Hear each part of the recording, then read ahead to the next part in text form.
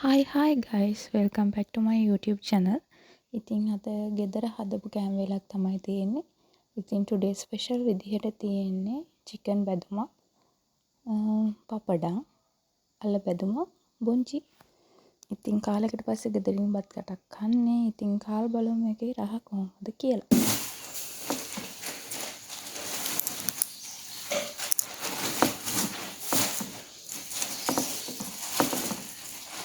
කාලෙකට පස්සේ අම්මගේ බත් කටක් කනවා කියන්නේ මෙතින් දිව්‍ය භෝජන තමයි.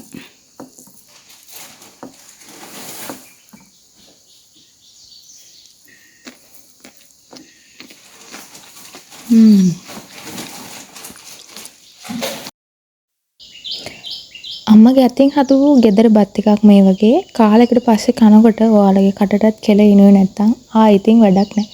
කන්න ඕනේ නැහැ දැක්කත් බඩ පිරෙනවා. ඉතින් මේ වගේ අලුත් වීඩියෝ එකකින් ආපහු මම එනකන් ඔයාලා සතුටින් පරිස්සමින් ඉන්න. bye guys.